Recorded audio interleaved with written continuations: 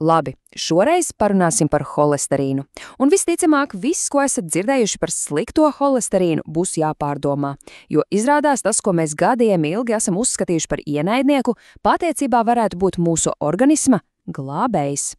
Sagatavojieties, jo šis varētu mainīt skatījumu uz lietām. Tieši tā, šis ir tas jautājums. Padomāsim par to. Mums taču visu laiku ir teikts, ka no holesterīna ir jābaidās, ka tas ir slikts. Bet ko tad, ja mēs esam kļūdījušies? Ja nu īstais vaininieks, tas, kas patiešām bojā mūsu asinsvadus, ir kaut kas pavisam cits?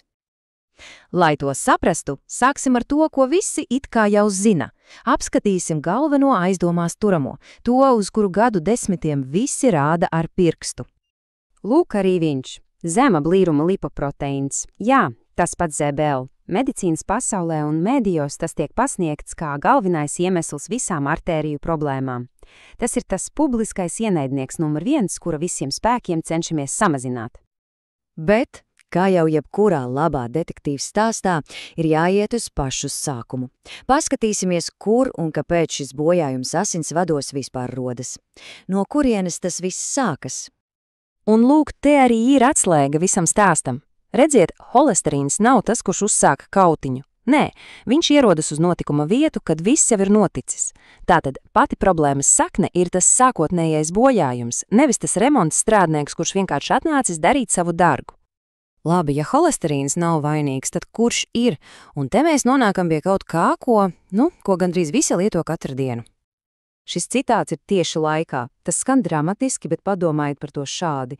Kad asinīs ir pārāk daudz cukura, tās kļūst burtiski kā šķidrs smilšpapīrs. Iedomājieties, ka asinsritē peld mazi asi stikla gabaliņi, kas nepārtraukti skrāpē asinsvadu sieniņas. Un šis uzbrukums notiek vairākos veidos. Pirmkārt, tas burtiski skrāpē un bojā to maigo gludo slānīti asinsvadu iekšpusē. Otkārt, tas rada pastāvīgu hronisku iekaisumu. Būtībā mūsu asinsvadi pārvēršas par tādu kā nemitīgu kaujas lauku. Un, protams, organisms nav muļķis, tas jūt, ka kaut kas nav kārtībā. Visi šie cukura radītie mikroskrāpējumi ir kā iekšējs brūcis un ķermenī ieslēdzas, tāda kā iekšējā trauksmes sirēna, ir jārīkojas nekavējoties, lai nenotiktu katastrofa.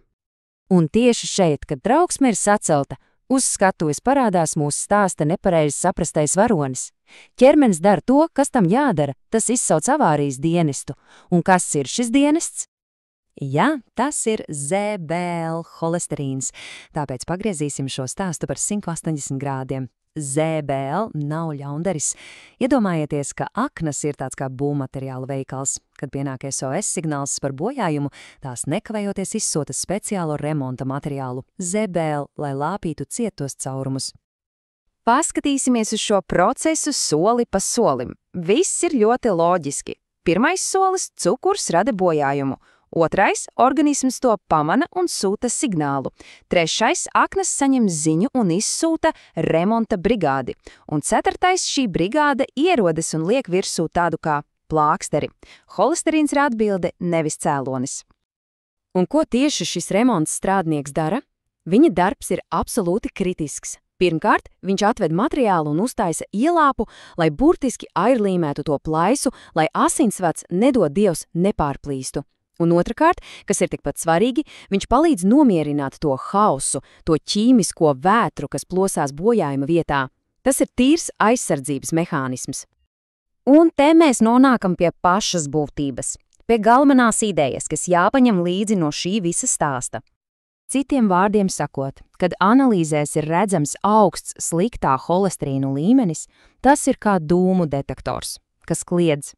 Tas nenozīmē, ka detektors ir vainīgs pie ugunsgrēka. Tas nozīmē, ka kaut kur organismā deg. Un šo ugunsgrēku sauc par hronisku iekaisumu, ko ļoti, ļoti bieži darbina tieši cukurs. Un te ir tā milzīgā atšķirība domāšanā. Mēs esam pieraduši domāt, ka holesterīns pats veido tās bīstamās pangas, bet realitātē tas tikai reaģē uz jau esošo bojājumu. Līdz ar to mērķis nav vienkārši nosist holesterīna līmeni. Nē, īstais mērķis ir tikt galā ar pamatcēloni, ar to, kas tos asinsvadus vispār bojā. Un noslēgumā vēl viena lieta pārdomām. Iedomājieties, ka mājā ir izcēlies ugunsgrēks. Protams, ierodas ugunsdzēsēji. Vai būtu prātīgi sākt cīnīties ar viņiem un sist viņus šļūtenes? Vai tomēr vajadzētu meklēt, kas to ugunsgrēku aizsāka? Padomāsim par to. Varbūt ir pienācis laiks beigt cīnīties ar ugunsdzēsējiem un beidzot sākt meklēt īsto vaininieku.